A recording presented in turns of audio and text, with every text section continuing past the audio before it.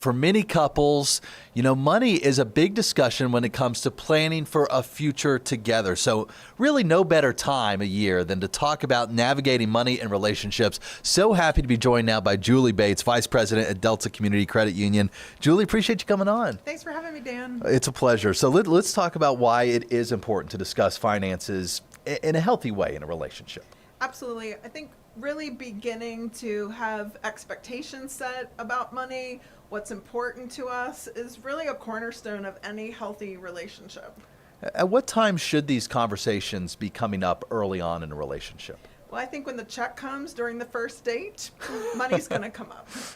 You're saying first date, you can start talking about it. Well, I mean, who initiated the date? Are you splitting the check? Is one person treating? I think that's really important to establish boundaries and expectations even as early as the first date. Well, that's a good point. And then it can graduate into bigger decisions. I mean, perhaps once you start sharing a living space, splitting the bills and whatnot. I mean, what about for married couples? This is the kind of thing that can continue for a lifetime, right? Right, absolutely. When we talk about money, it can create a lot of feelings, right? How we grew up related to money, maybe our, prior relationships, and how money really set the tone. So as we get married or we're building a life with someone, really understanding what matters to us that money can support, and being really intentional with our money and our decisions can provide a lot of guidance as you build wealth and a life together.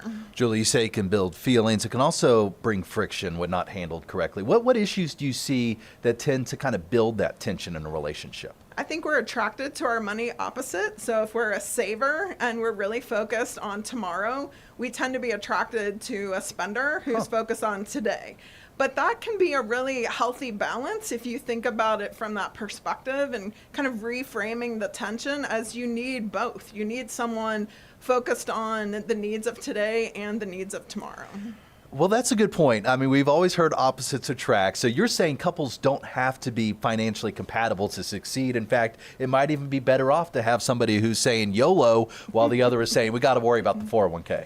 Well, and I think, really compatibility comes down to honesty and conversations. We see a lot of financial infidelity in relationships. Some people are hiding excess savings. Some people are relying on the bank of mom and dad to supplement their lifestyle, and they're hiding that from their parent, their spouse. And we also see in relationships individuals overspend. So that compatibility and infidelity all is rooted in trust and setting clear expectations. Are there experts that can help couples navigate these conversations? I really would begin speaking with a certified financial planner professional. At Delta Community, we're really fortunate to have a team of CFP professionals that help families make really informed decisions with their financial resources so they can live, a well-intended life. Julie, it's all great advice. Is there anything I'm not asking that you think folks need to know out there? I think just getting started, having a monthly money date can be really beneficial. The third Saturday of every month, my husband and I sit down and we talk about what's important that money can support, and really just having open and honest conversations, not just when there's tension, but from a planning perspective too. We are well into 2026, and that April 15th tax day deadline, it is starting to loom. Like it, love it, hate it, tax day, tax season, it is a fact of life. And increasingly, there are the threats of scams taking advantage of you in this season. Joining us right now live is Assistant Special Agent in Charge, Maisha Horton with the IRS Atlanta Field Office. Can you hear us okay, ma'am? I can. How are you? We are good. We appreciate you making the time to join us here as we get into what's going to be the heart of tax season pretty soon. You have an important message for folks who are getting ready to file, right?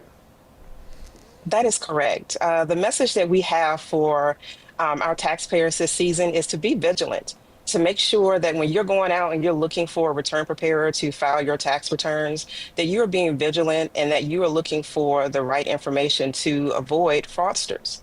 Some of the key things that you want to make sure that you're looking for is that when you're searching for a return preparer, that you are also asking for what's called a preparer's tax identification number, or PTIN number. If they can't give you a PTIN number, then you want to go find someone else that can be a little bit more credible. You want to make sure that you Oh, I'm sorry. I was just going to say you want to make sure that you avoid anyone that's making promises as to the amount of refunds that they can guarantee you without looking at your individual tax situation. Looking out Go ahead, Zach. for I'm sorry. promises. No need to apologize. And you get into exactly kind of what I was going to ask you next. You gave a really good actionable step there, is look out for people who are making firm promises ahead of actually filing, because there's always some wiggle room on whether you're going to get a return, what it's going to look like. I wonder too, how common is it to come across somebody who is maybe holding themselves out as a qualified tax preparer who actually is not one? It's actually more common than you think, especially with today's technology. You see a lot of advertisements over social media. In that realm, you may get text messages, you may get emails. So it's actually fairly common, especially towards the end of the calendar year, gearing up for tax season. That's when the fraudsters try to find their victims the most. And what happens if somebody is taken advantage of like this? They fall for somebody who's spinning them a yarn, and they let somebody who shouldn't be preparing their taxes to do it. What happens, and who is responsible if a fraudulent filing is submitted? Is it the filer, or is it the person whose taxes are being filed? Well, I want to make it clear, as taxpayers, you are responsible for the information that's listed on your tax return. That's why it's also very important that you remain vigilant, that you receive a copy of your tax return before that it's filed, that you do your due diligence to find a credible return preparer for your income taxes. Although you are definitely responsible for it because it's your name on the tax return, it's your signature at the bottom of the tax return, I want to make it clear that we are not looking for individuals that are making errors on their tax return, but we are looking for individuals that are intentionally going out to circumvent or to fraud the tax code. And so those are the individuals that we're looking for, and those are the individuals that we go out and we criminally investigate and prosecute. And ma'am, this is important stuff. We're short on time here. I want to ask you one last question. It seems to me, like in so many scam situations that we report on, just taking an extra beat, pausing and really thinking through who you are trusting with your money and your finances can go a long way in these situations. You've relayed some other helpful tips, but for somebody who's maybe just joining us, I think it's a good place to end here. Can you give us kind of the 3 most actionable tips for people to help themselves avoid getting swindled like this? Number 1, ask for a P10 number. Number 2, get a copy of your tax returns before they are filed and after they are filed to make sure that the information that you're providing is what's accurately filed with the IRS. Again, you want to also don't send any of your personal information over text message or over email. Once fraudsters have your personal identifying information, they can do whatever they want with it. And in the event that you do find yourself falling victim to a tax fraud scam, then you can reach out to us at Atlanta field office at ci.irs.gov, or you can go directly to the IRS website at irs.gov. Maybe you've seen this trend going on online. I know I've seen it all over Facebook. If you have ChatGPT, maybe you've even done it yourself. But a lot of people are turning themselves into AI cartoons lately. It's fun, it's silly, seems pretty harmless, but then again, maybe not. Joining us now is David Schweidel, a marketing professor at Emory's Goizueta Business School. David, it is great to see you, sir. Great to be with you. So this isn't just a little sweet, innocent cartoon caricature trend? It can be, if you're careful about it. The real question is really how much and what kind of information have you shared with these generative AI tools like ChatGPT? If you've poured your heart and soul into it and it knows every detail about your life, some of which you might not want people to know, you might want to think twice before you post one of these caricatures online. Who would have access to that kind of information? Why should we be thinking twice about that?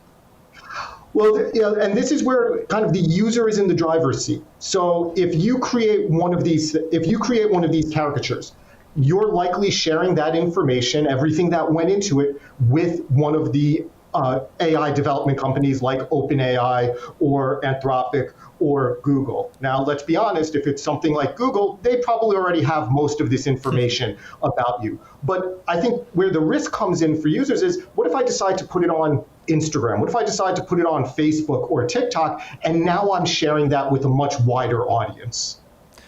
Okay, so look, I'm an avid user of ChatGPT myself, but I don't then go and broadcast all of its answers elsewhere on my social media. So is that really the big concern then? Yeah, like any of these tech providers, they're going to have access to the information that we've provided to them. Now, take OpenAI with ChatGPT. They've told us ads are coming to ChatGPT soon. So that information that you've shared with it, all those conversations that you have, may serve the basis for you being targeted with ads. So, for example, if you've talked about a sports addiction or a gambling addiction, that information could potentially be used to target you with ads for, FanDuels or something along those lines. So if this is indeed a marketing tool, what's in it for the AI companies to keep this trend up? Two things. One, there's data. The more I know about you, the more personalized I can make this experience. I think it's one of the reasons we're seeing people gravitate toward these tools is you're getting much more personalized responses compared to generic search. So that's one thing. The other thing is, this is a marketing ploy. This is something to get users onto their platform. If I can get you onto that platform, if I can convince you that you should be willing to pay for this platform, that's where they're going to ultimately be generating revenue and growing their user base. All right, Professor, if folks are watching you right now and say, oh, no, I shouldn't have done this. I posted this already. Is there any recourse they have right now? Once things are on the internet, there's not a whole lot that you can do. But again, the big risk is how personal, how secret is the information that you've put in there. If what it knows is your job, where you live, chances are a lot of that information was already out there. Huh. Yeah, I mean, good point. They already know so much about us. Look, this isn't the first trend we've seen. It's not going to be the last. What should we be thinking of moving forward as we start to see these things pop up to give us pause? Yeah, I would say think before you post, right? It's one thing to be developing the image or the video, but then I see the bigger risk coming in when we share it more broadly on these social media platforms. And what we've seen, and I know there's lawsuits that are ongoing at the moment around the impact that social media can have, but that's where the real danger comes in as far as amplifying that message or the spread of those images. And so if you don't want the world to know about it, your best bet is not to put it into one of these systems. There is a bill making its way through the legislature right now. It was a Georgia Senate committee recently unanimously advanced a bill that would create a pathway for foreign-trained doctors to practice medicine here in Georgia. To help break down what that means for our state, for people who get medical treatment in our state, and the bill's path forward from here, we're joined by Rebecca Grapevine, the Atlanta-based reporter at healthbeat.org. Rebecca, you've been following this bill closely. Where's it going next, and how did it get to this point? Yes, great question. Advocates have been pushing for this bill for a while, for about 3 or 4 years, and last year it kind of stalled out. So this year, a Republican senator, Dr. Ben Watson, who's a doctor from Savannah, took up the bill, and it got unanimous approval in a Senate committee, as you said, and now it's waiting on a floor vote in the Senate.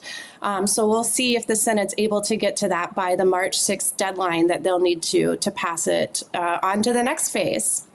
And you know well, as I think our audience does too, because we follow a lot of these bills through the legislature, it is a process to get any bill across the finish line and turned into law. But as you mentioned, there have been efforts to get this kind of legislation done for several years.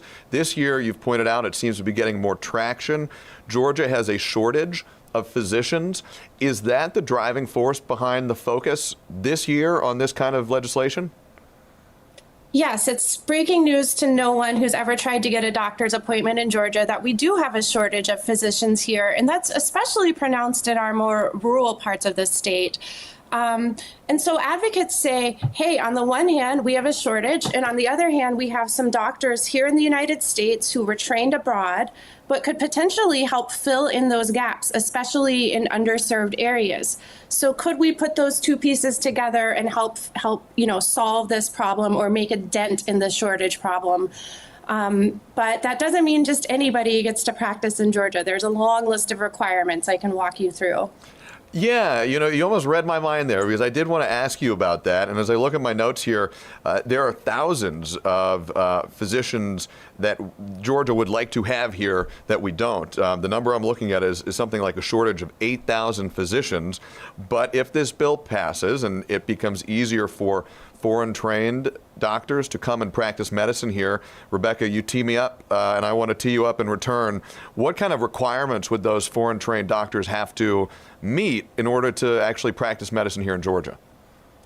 Yes, this is a lengthy process. First of all, you would need to be here lawfully. So, however you got here, you would need to be under a lawful status.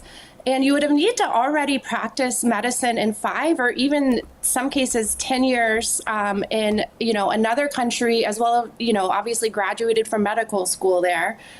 And then I've got a list here. It's a long list. You would have to take an exam, the typical 3-part exam that U.S. doctors take, the USMLE, or you could be board certified, but typically you'd have to pass this 3-part exam that doctors take. You'd have to prove English proficiency, and you'd have to have an offer of employment to practice in a rural medical practice, in a medical school, or in a hospital in Georgia. And if you had that and you got this provisional license, you could practice for 4 years and then go back to the board and say, I've done all of those things. Now can I have a full license here in Georgia? And then you would be able to get a full license here in Georgia, but you would still have to practice in an underserved area, either a rural area or some of our charitable clinics in Georgia. So this is not for the faint of heart, but doctors are passionate about helping people, and some foreign doctors do want to practice here. And Rebecca, as you have noted, this bill made its way out of a Senate committee unanimously, but under the Gold Dome, there is often opposition to some level or another to many of the proposals that are advanced in our state legislature. Do you have a sense of whether there is any opposition right now to this proposal? And if so, on what grounds do opponents take issue with this proposal? Yes, actually, surprisingly, a similar measure came up last year and got unanimous approval in the House. So there is, seems to be bipartisan support for this. And I heard people on both sides of the aisle at the committee hearing, advocates as well as legislators, speak in favor of this. So oftentimes at the state legislature, it's not that people don't like a bill or don't support it, but sometimes legislators just run out of time amid competing priorities. So one question would be, are they going to make this a priority this year after what's already been a several years push to get this moving? So that would probably be the biggest question, and I will be tracking that. And well, if you've ever been at the Capitol on the last day of session on Sine Die, it's a little bit like everybody is trying to get it's a busy day, I'll say that. The legislators are working rapidly to try to get a lot of bills over the finish line. And a lot of our viewers and folks who are watching, you've seen us cover that as well, just as Rebecca has.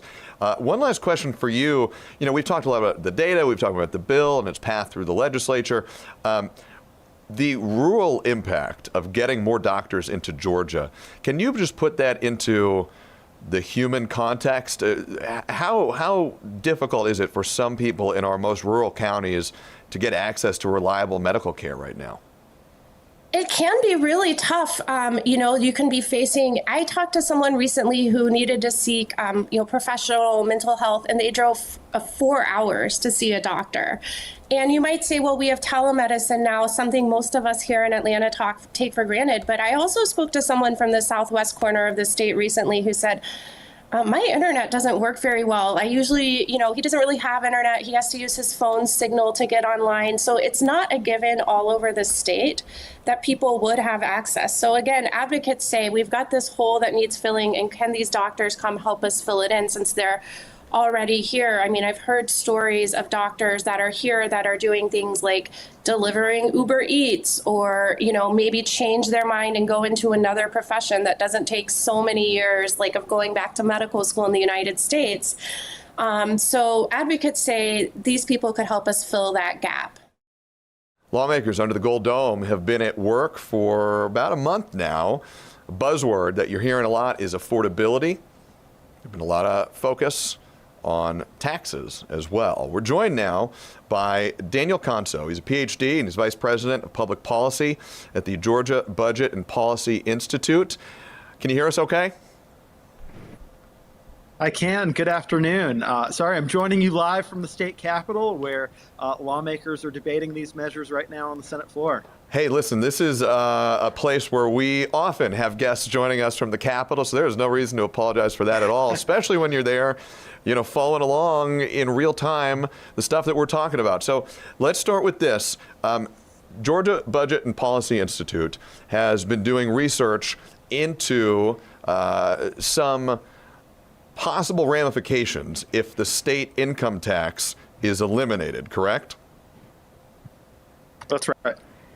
Tell us a little bit more about that and what your group and your research sees as the outcomes of that proposal. Well, in Georgia, the income tax is really the core source of revenue that powers our state budget. So 50 cents out of every dollar that the state spends is raised from the income tax. And so 75% of state spending is for healthcare and education.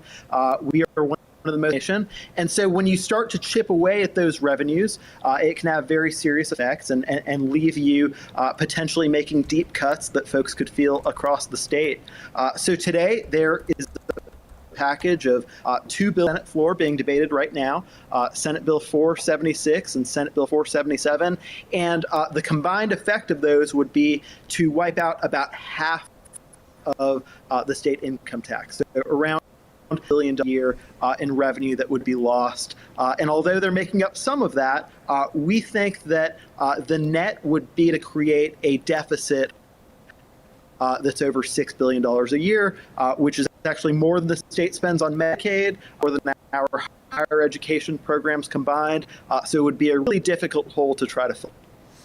And I'm glad you bring up SB 476 and 477. For those who've been following along in Georgia politics, and maybe those who are not in the nitty-gritty of it every day like we are, it has become an income tax, and proposals to eliminate the state income tax have become a cornerstone of some statewide campaigns, most perhaps notably Lieutenant Governor Burt Jones. He's a Republican. He's running for governor. And one of the key components of his launch in his bid for the governorship here in Georgia was a proposal to eliminate the state income tax. This package of bills, 476 and 477, they would not, correct me if I'm wrong here, Daniel, eliminate the state income tax, but they would reduce the tax burden substantially on many Georgians. Is that correct? That's right. So they would cut the income tax in half. So it would be about $9.5 billion in total cost between those two. And what would you say, in your research, you're focused on this, it's no secret, if people hear, hey, I may have to pay fewer taxes, a lot of people just on that surface level, I suspect, would meet that some perhaps excitement or approval. But as you dig into the numbers, what are the outcomes that your group is flagging here specifically? That's right. Well, the real challenge in Georgia is that we are already one of the lowest tax states in the country. So in the South, we're third lowest. The only would be in Texas, which both have unique economies that are a bit different than ours that allow them to capture some sources of revenue that aren't available in Georgia. We've seen proposed are tax cuts, but not spending cuts. And so essentially that means that you have to shift the taxes and shift who's paying tax versus actually cutting taxes on net, or in the case of bills, you create a pretty large deficit that has to be filled somehow. And when we look at most spending, which, 3/4 out of every dollar that the state spends goes to healthcare and education. those could be some really painful choices for lawmakers that we just haven't seen much appetite for so far. And you talk about the offsets. I want to ask you about that directly. Some proponents of these SB 476 and 477, including Senator Blake Tillery, who, if you're watching us, you see up on your screen here as well, as this debate over these bills is underway right now at the state capitol. Senator Tillery and others have said that eliminating and cutting back some tax credits could be an offset for the reduction in the income tax burden. Does that math out?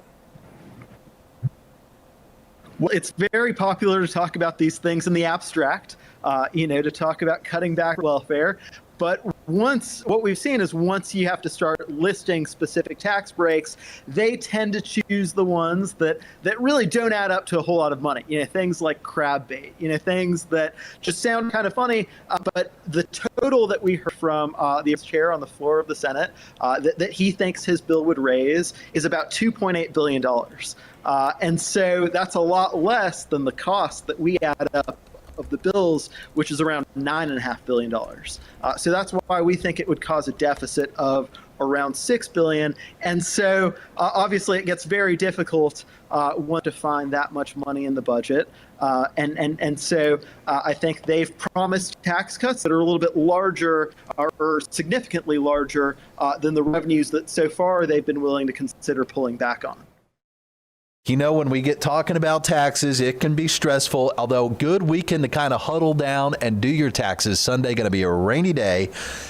But, it doesn't always have to be expensive, and it doesn't always have to be stressful or confusing. And joining us live this morning to talk more about that is Frances Horton, the CEO of the Community Assistance Center. They are helping eligible Atlantans file for free this year. Frances, good morning to you. Great to see you, sir.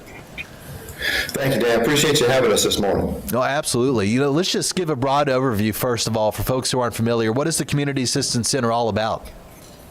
Community Assistance Center exists to prevent homelessness and alleviate hunger. And within that, we have a number of services that attack basic needs, food, clothing, and shelter. I think we also have some services that deal with the keeping folks beyond the crisis that brings them to us. That's part of our VITA program. All right, so it is tax season. It is upon us. And also there at CAC, you do free tax help for certain folks. How can people know if they qualify? Well, our Volunteer Income Tax Assistance Program has been around CAC since 2010. And in that time, Dan, have prepared and filed some 5,000 tax returns, and that has resulted in $5 million going back into homes and tax credits. Wow. And refunds. It's a valuable service that folks can qualify for if they make no more than $67,000 a year, they have limited English proficiency, or they have a disabled member of their family. Any of those things may qualify them for free tax preparation. And Frances, what have you found in all your years of helping with this? When it comes to working families, what do they tell you? What do they get out of this in return? Well, one of the things that they get out of it, Dan, is money back into their home. So that helps to take care of those other needs that they have in life, food, clothing, shelter kinds of needs. But Dan, let me tell you a quick story. We had a lady come last year for help with her taxes. She drove over from Augusta on a Saturday morning for a 9 o'clock appointment. I met her and I said, I bet there are tax preparers in Augusta. Then I bet we can find some to do it for free. She said, yeah, I know, but I've dealt with CAC before, and I trust CAC. And so that's one of the things they get out of it as well, is they're working with a team of people that they know are going to do a good job. They're going to work in the best interest of that client, and so they get that trust factor as well. If somebody out there is watching, they hear that story and they say, all right, I'm ready to trust CAC. What's the first step? What should they be doing? How do you go about making an appointment, et cetera? Well, first of all, we'll see if they're qualified for the free assistance. And a couple of ways they can do that is go to our website, ourcac.org/VITA. That's ourcac.org/VITA. We also have a helpline they can call, 770-552-4015. That's 770-552-4015. They can contact us through one of those two avenues, and we can help them determine whether or not they're eligible and make them an appointment to come in. You know, Francis, when folks hear free, they might get a little concerned. Who exactly is preparing my taxes? Are they going to be done correctly? Can you fill us in on that? Absolutely, Dan. We've got an incredible team, actually an award-winning team of volunteers, 40-plus folk that come to just for the purpose of helping folks with their tax returns. Last year, this team got an award from the United Way, who is the primary implementer of the program in cooperation with the IRS. We got an award for the team that handles the hardest cases in the greater metro area. So other VITA teams send those hard cases to us because they know our team can handle them, we'll do a good job, we'll stay the extra hour, go the extra mile to help our clients. And so they can be pretty trustful that we've got a team that knows what they're doing and going to do the best job possible for them.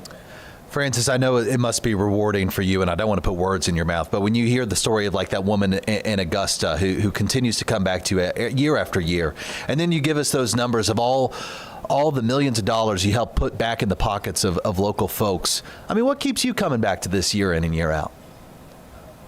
Well, it's just that, Dan. It's the satisfaction of knowing that we're helping our community, and when we help the families within that community, then it lifts the community, it lifts the state, it lifts all of us around that. So, Dan, it really is a community effort. The word community and community assistance center means something.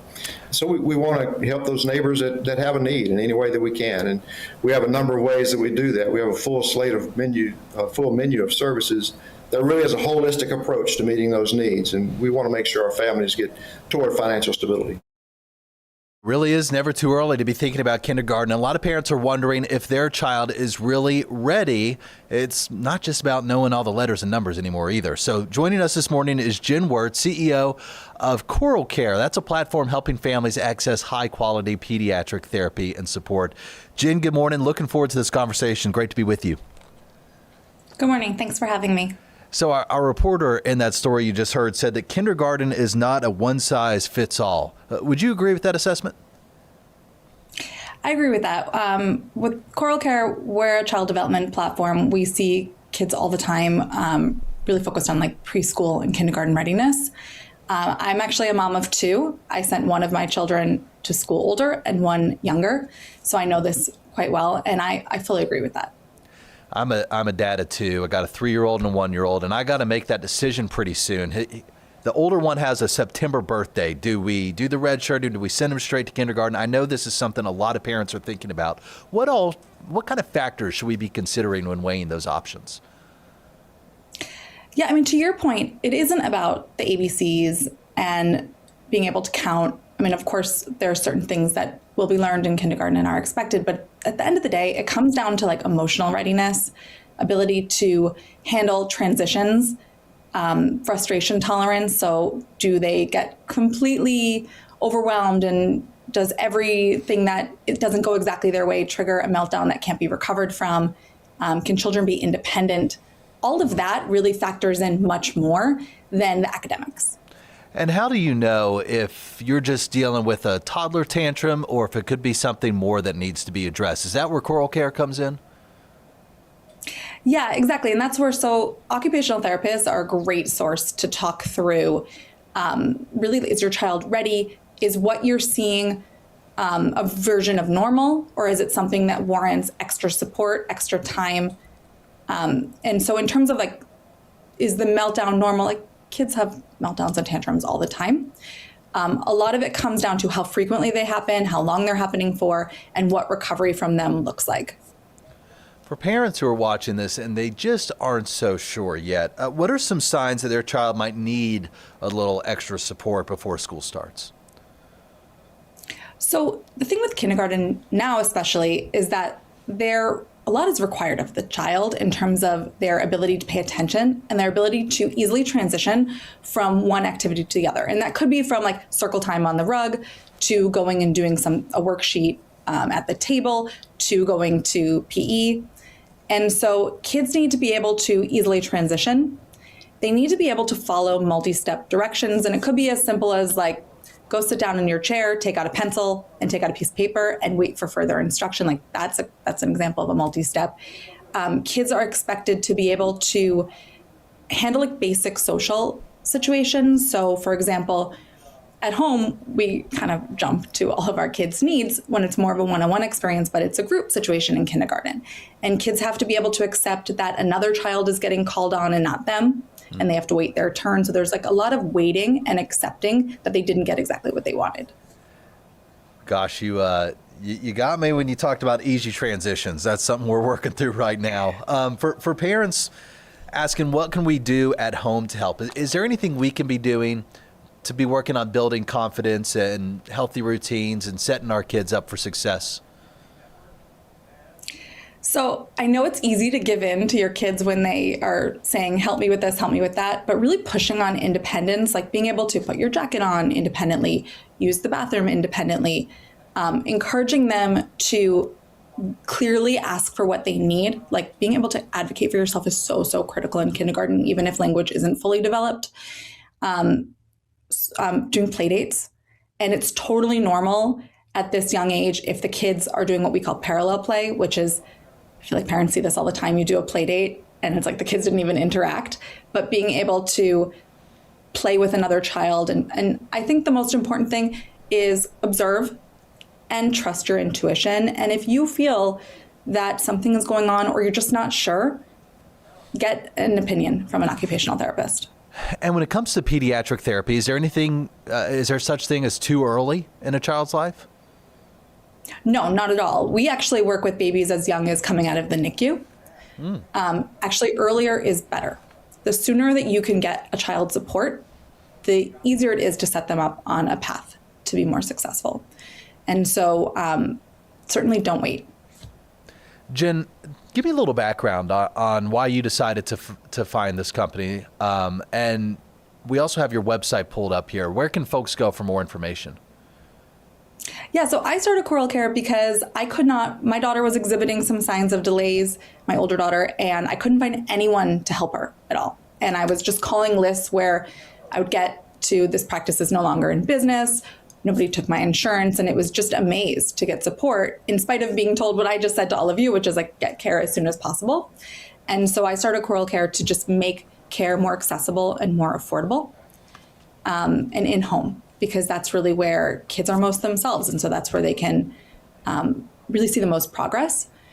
On our website, we haven't launched yet in Georgia. We're in 7 states currently and growing as fast as we can. So for local families in Georgia, we actually have a lot of resources on our website to support families. We have a full kindergarten readiness guide. We have an article about like making that decision around like, should you advocate for redshirting your child? We have a kindergarten readiness checklist that you can go through, and there's no passing score. It's more like, am I seeing a few things in a certain category that might warrant looking into a little bit more. And we have an online screener where you can answer specific questions about your child privately and find out if they would benefit from an evaluation. Jen, this is all so great. I can't wait to play around on your website some this weekend. But for parents who are just feeling overwhelmed, I mean, we already have so much going on. It's hard to think past what's for dinner tonight. Is there anything you want to say as a reassurance to them when it comes to kindergarten readiness? It's, there's no exact right decision. And I think that's so hard to hear, but there isn't an exact right decision for your child. There is absolutely no harm in them waiting a year if you have some real concerns. There's a lot of research that being the oldest in the classroom is actually better for them in the long-term development, because it really is not just how they are today in kindergarten. You have to think about like when puberty sets in middle school, and really in high school, if they're the youngest, like there are implications there as well. And so I would just say, trust your intuition and know that like you are your child's best advocate. A topic that has been front of center for many recently. We're talking about surveillance cameras, particularly surveillance cameras that are available to residential and commercial consumers. It is a topic that you have likely seen in your own lives at work and right here in Atlanta. Back in September of last year, the Atlanta Police Foundation said that there are more than 20,000 surveillance cameras as part of a network of video and other surveillance technology that provide the Atlanta Police Department with information in real time. And in the ongoing search for Nancy Guthrie, the 84-year-old mother of Savannah Guthrie, who's now been missing for nearly 2 full weeks at this point, law enforcement this week released what, at least publicly, may be the biggest new development of the case so far, when they released surveillance camera video that initially law enforcement said was unlikely to be recovered. This week, FBI Director Kash Patel said that videos were recovered from a, quote, residual data located in back-end systems. And those images showed a person who is a possible suspect in the case that remains ongoing. To give us more context on all of this, we're going to bring in Matt Saylor right now. He is the CEO of IC Real-Time. And Matt, you have extensive experience in the surveillance industry, right? Yeah, hi. Thank you for having me. I do. We've been doing this for a little over 2 decades now. And Matt, let's start here and ground our conversation in your background. Can you tell me a little bit about your company, IC Real-Time, and what y'all do? Yeah, we manufacture software and hardware components that make up the full ecosystem of video surveillance, from the cameras to the servers and cloud storage, processing, archiving data. Let me ask you this, and this is a question I suspect a lot of people have been wondering this week. When you saw that those still images and the video captured from a home surveillance camera outside of Nancy Guthrie's home were released, when you saw that they had been recovered, what was your first reaction? It seems normal that they would probably store some residual data on the servers in the cloud. The time period in which it took to retrieve the data seemed a little bit of an elongated time period. If the data was there, it would probably be accessible immediately. My best guess would be that law enforcement probably reached out very quickly, and the data site, the cloud storage site, probably had the residual data, and maybe they put that into a container, as they call it, and maybe the elongated time period it took to which retrieve the data was based on maybe legalities, would be my best guess about them actually handing over the data. I don't know the ins and the outs of the legalities around the company and how they share their data. That would be my assumption, but it is quite normal to have a cloud system have residual data that is stored for brief periods of time when you're using cloud storage. And let's talk about that a little bit. And obviously, understanding the ins and outs of this ongoing investigation are not all public at this point, which is commonplace. But talking generally about residual data, what is residual data for somebody who's a non-technical viewer here, like myself? What is residual data, and how long is it held on servers belonging to or related to the companies that make and operate these cameras? In layman's term, residual data is short-term data that would sit on a server or a cloud ecosystem. And that would be for different reasons. Like a low-level example would be if you had a camera that did not have onboard storage, and that camera was only able to archive if you had a cloud subscription.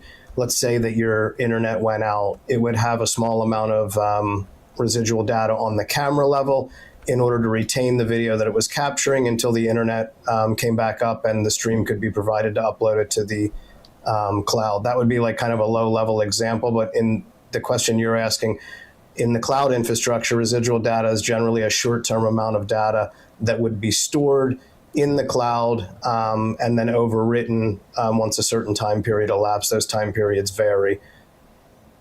And for somebody who may be watching this and may be thinking, as is sometimes the case, they don't have a subscription to the company, they don't subscribe to a service where their footage is recorded and accessible to the end user. I suspect some people may hear this and think, I didn't know all of this was being stored What would you say to an end user who may raise some potential privacy concerns to all this? You know, it's been an area of concern for some time. The equipment that many of the professional companies sell do not store any residual data. It's more of a consumer problem, it appears.